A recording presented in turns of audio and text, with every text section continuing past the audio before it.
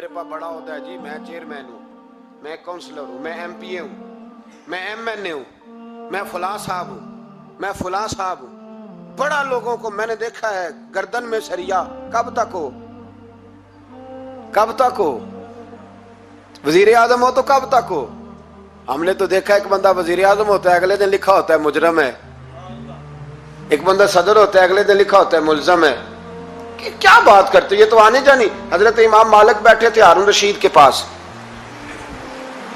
سخت پیاس لگ گئی ہارون رشید کو، اتنی سخت گرمی پیاس. یہ روزہ کھول کے نا کوئی چیز نہ ہو، پانی ہو تھوڑا سا ٹھنڈا سادہ پانی تو دل کرتا ہے سارے پی جائیں آج. حضرت مولا علی نے مثال دی ہے شیر خدا نے. حضرت علی نے انوکھی بات کرتے کہتے نا مجھے فلاں جان سے پیارا ہے، تو شیر تھے نا تو شیروں جیسی باتیں کرتے تھے. کسی نے پوچھا آپ کو نبی پاک صلی اللہ علیہ وسلم سے کتنا پیار ہے؟ تو فرمانے لگے سخت گرمی سخت پیاس میں جتنا بندے کو ٹھنڈے پانی سے پیار ہوتا ہے مجھے اس سے بھی بڑھ کے اپنے نبی سے پیار ہے صلی اللہ ہو. کیسی مثال عطا فرمائی. لوگ وہیں کھڑے ہیں جان سے زیادہ پیارے. فرمایا نہیں، سخت گرمی میں سخت پیاس میں اتنا بندے کو ٹھنڈے پانی سے پیار ہوتا ہے مجھے اس سے زیادہ مصطفیٰ سے پیار ہے. یہ مولا علی کا فرمان ہے. ہارون رشید کو پیاس لگ گئی تو پانی کچھ دیر سے آیا تو تڑپنے لگا، پانی لاؤ گلا خشک ہو گیا، گھنٹہ ہو گیا، شور کرنے لگا، جلال میں آ گیا، تڑپ لاتے کیوں نہیں، جلدی کرو. جب بندہ گرمی میں آتا ہے نا باہر سے تو پانی دیر سے آیا نا تو دل کرتا ہے کہ وہ ہو سکتا ہے گھر میں کوئی بم بھی پھوڑ دے، پانی کو دیر سے آیا ہے پہلے پانی. اس لیے سمجھدار خواتین باہر سے جب کوئی آتا ہے تو پہلے پانی لاتی ہے، پانی لاتی ہے، پانی پی لیں جناب. تو ہارون رشید تڑپ رہا ہے، امام مالک قریب بیٹھے تھے. خادم کہنے لگا حضور ایک کنواں خشک ہو گیا ہے اور دوسرا آپ کی شایان شان نہیں، پانی صاف نہیں، تو تیسرے سے بندہ لینے گیا ہے، آ رہا ہے. بندہ تھوڑی دیر سے آیا تو ہارون رشید بڑا پریشان تھا. اب بات امام مالک کر رہے تھے تو وہ نہ توجہ اس کی پانی کی طرف تھی. پیالہ پانی کا اندر داخل ہوا تو ہارون رشید کا دل کرتا تھا کہ اڑ کے پانی کے قریب چلا جاؤ، لپک رہا تھا پانی کی طرف. جب پانی آیا اس کو پکڑایا تو امام مالک رحمت اللہ علیہ کہنے لگے بادشاہ ذرا ٹھہر جا، ٹھہر جا، پی لے، نیا آ گیا نا اب تیرے قبضے میں ہے، ایک مسئلہ مجھے بتا لے پھر پانی پینا. ہارون رشید ایک رات پہلے نا بڑی باتیں کر رہا تھا کہ میں حکومت صحیح چلا رہا ہوں، میرے معاملات بڑے اچھے، اپنی حکومت کی تعریفیں ایک رات پہلے ہو رہی. اب جب پانی پینے لگا تو امام مالک اس کو رات والی بات پہ اسے سمجھانا چاہ رہے ہیں. فرمانے لگے بادشاہ رک جا. رک گیا. آپ فرمانے لگے اگر یہ پانی ملتا ہی نہ، پورے ملک میں نہ ملتا، پھر تجھے پتا چلتا پوری دنیا میں نہیں. ذرا سوچیں آپ، اگر پانی خدا نہ خواستہ اگر پانی ملے ہی نہ، کہا نہ ملتا، پانی کو کوئی اہمیت تو نہیں نا ہم دیتے، نلکا کھلا ہے تو کھلا ہے، اور اگر ملے نہ تو ہماری بنیادی ضرورت ہے پانی، ایک قدم نہ لوگ چل سکے. کہا ہارون رشید اگر ملے ہی نہ اور اگر تجھے لینا پڑے ایک پیالہ پانی کا تو کیا دے کے لے گا؟ کہنے لگا میں اپنی آدھی سلطنت دے دوں گا، آدھی حکومت اور پانی کا پیالہ لے لوں گا. امام صاحب فرمانے لگے چل سمجھ میں آ گیا، پی لے پانی. اس نے پی لیا تو پیا اس طرح کہ پانی پیالہ منہ سے لگایا تو اتارا تب بھی جب ختم ہو گیا. تو امام صاحب فرمانے لگے پی لیا؟ کہ پی لیا. فرمانے لگے ایک مسئلہ اور بتا، اب اگر تو نے پانی پی لیا تیرا پیشاب بند ہو جائے،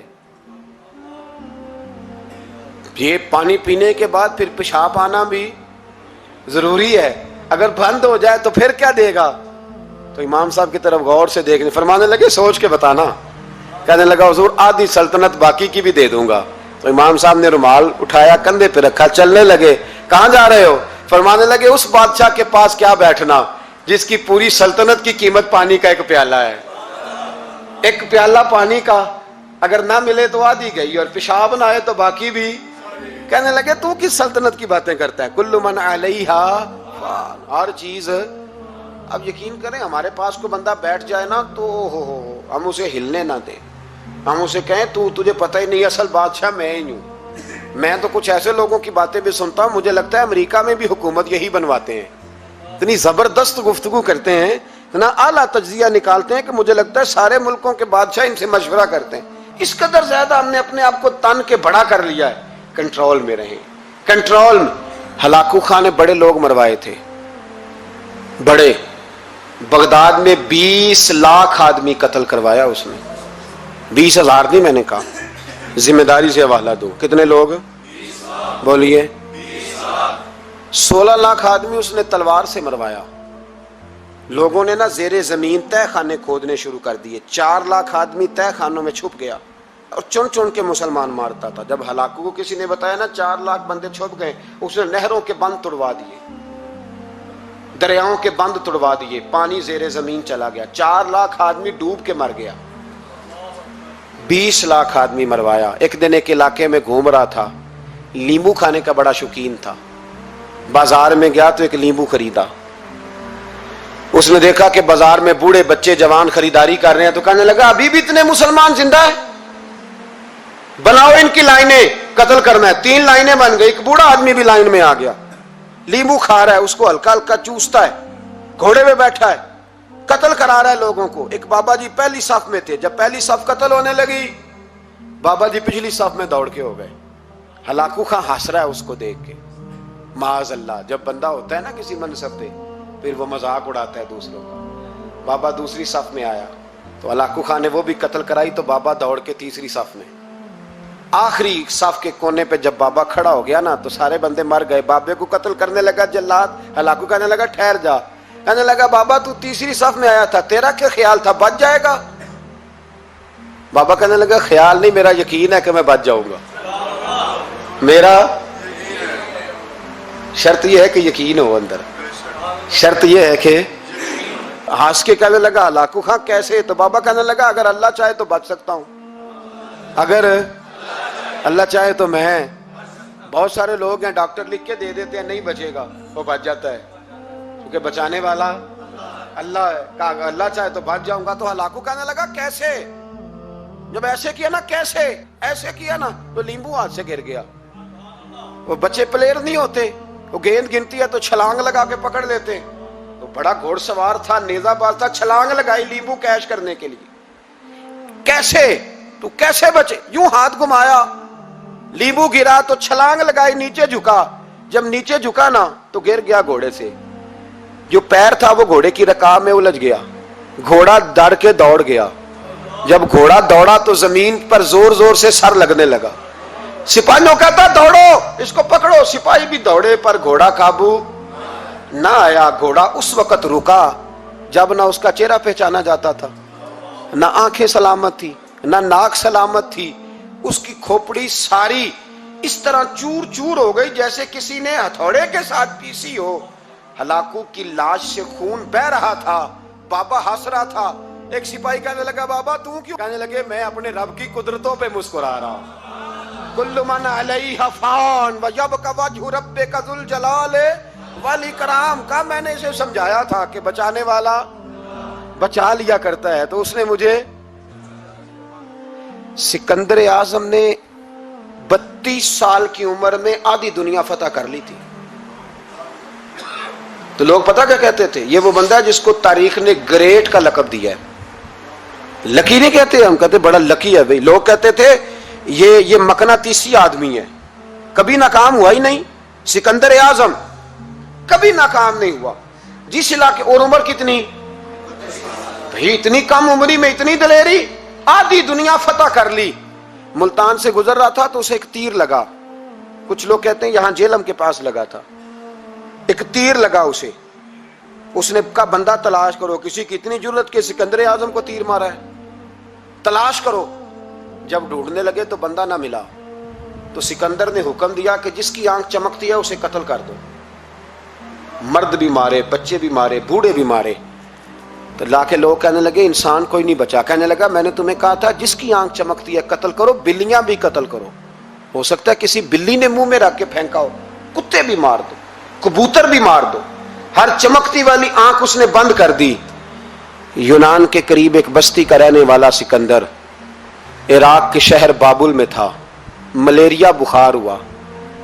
کیا کہتے ہیں ہم, چند ٹکیوں کی مار ہے, دوائی کھا لو ٹھیک ہو جائے گا.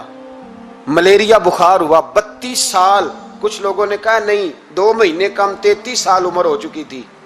تو سکندر اعظم زمین پہ بیٹھا ہے, ایڑیاں رگڑ رہا ہے. موت کا جھٹکا لگا, موت کا. ہوئے نامور بے نشاں کیسے کیسے، زمیں کھا گئی نوجوان کیسے کیسے، جگہ جی لگانے کی دنیا نہیں ہے، یہ عبرت کی جا ہے، کوئی تماشا نہیں ہے۔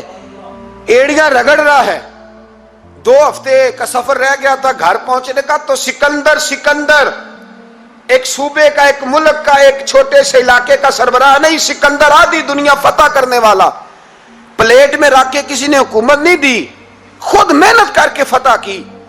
لیکن سکندر ایڑیاں رگڑتا ہے، زور زور سے زمین پہ مارتا ہے اور کہتا ہے کوئی ہے جو مجھ سے میری ساری سلطنت لے لے اور مجھے صرف 2 ہفتے کی زندگی لے دے، میں پردیس میں نہیں مرنا چاہتا، گھر مرنا چاہتا ہوں، کوئی مجھے 2 ہفتے کی زندگی، 2 ہفتے کی، کوئی 2 ہفتے، مٹی دیں تو مٹی رہنا، ایمی کا دی بلے بلے، اج مٹی دے اتے بندے آتے، کل مٹی دے تھلے کا، کوئی مجھے مہلت لے دے۔ لیکن رب کا قانون ہے، جب وقت آ جاتا ہے پھر مہلت۔ میرے بھائی اپنی زندگی نہ عاجزی میں، جھوک کے، سادگی میں، کونے میں، دنیا کے پروٹوکول ختم ہوں گے، اصل پروٹوکول وہ ہے جو اللہ قیامت کے دن عطا فرمائے گا۔ میرے نبی پاک نے فرمایا امیر جو ہوں گے، امیر وہ چیونٹیوں کی شکل میں ہوں گے اور غریب اپنے پیروں کے نیچے انہیں مسل کے چلے جائیں گے۔ یہ وہ والے امیر جو تکبر کرتے تھے، ورنہ تو امیر حضرت عثمان غنی بھی ہیں، حضرت عبد الرحمن ابن عوف بھی ہیں، حضرت سلیمان علیہ السلام بھی ہیں۔ جو امیر تکبر کرے، اکڑ جائے، اگر امیر ہو عاجزی اختیار کرے تو پھر تو اللہ اسے جنت بھی عطا فرماتا ہے۔ تو میرے بھائی اپنے آپ کو سمیٹیں، ہم جانے کے لیے، جن کی عمریں میری طرح 40 سال کی طرف سفر کر رہی ہیں نا، وہ آدھی زندگی جی چکے ہیں، باقی آدھی پتہ نہیں ہے۔ لوگ اتنا لمبا یاد نہیں رکھتے۔ حضرت مولا علی قبرستان گئے تو قبر والوں سے کہنے لگے قبر والوں تمہارا کیا حال ہے؟ تو ایک مردہ قبر کے اندر سے بول کے کہنے لگا علی کفن پھٹ گیا ہے، ہڈیاں چور چور ہیں، مال تو پتہ نہیں کہاں رہ گیا پر حساب دینا پڑ رہا ہے، آپ بتائیے پیچھے ہمارے گھر والوں کا کیا حال ہے؟ تو حضرت علی فرمانے لگے جہاں تم بیٹھتے تھے وہاں کوئی اور بیٹھنے لگ گیا ہے، تمہاری بیویوں نے نئے نکاح کر لیے، تمہارے دوستوں نے نئے دوست بنا لیے، اب تو لوگ تمہیں یاد بھی نہیں کرتے، اب تو تمہارا ذکر ہی کوئی نہیں کرتا، اب تو ختم ہو گیا، تمہارا تذکرہ بھی کوئی نہیں۔ تذکرہ اسی کا رہے گا جس نے رب کو یاد کیا اور پھر رب نے اس کا چرچا کیا، اس کا تذکرہ رہے۔ اپنے آپ کو ایک موقع پر بھی کبھی متکبر نہ ہونے دے، عاجزی حسن ہے زندگی کا۔ خزانہ آئے تو قارون نہ بنے، محل بنائیں تو شداد نہ بنے۔ اگر اللہ تعالیٰ دولت دے تو کبھی بھی اپنے آپ کو نمرود اور فرعون نہ بننے دے، اقتدار ملے تو کبھی بھی اپنے آپ کو ہلاکو خاں اور چنگیز خاں نہ بناؤ۔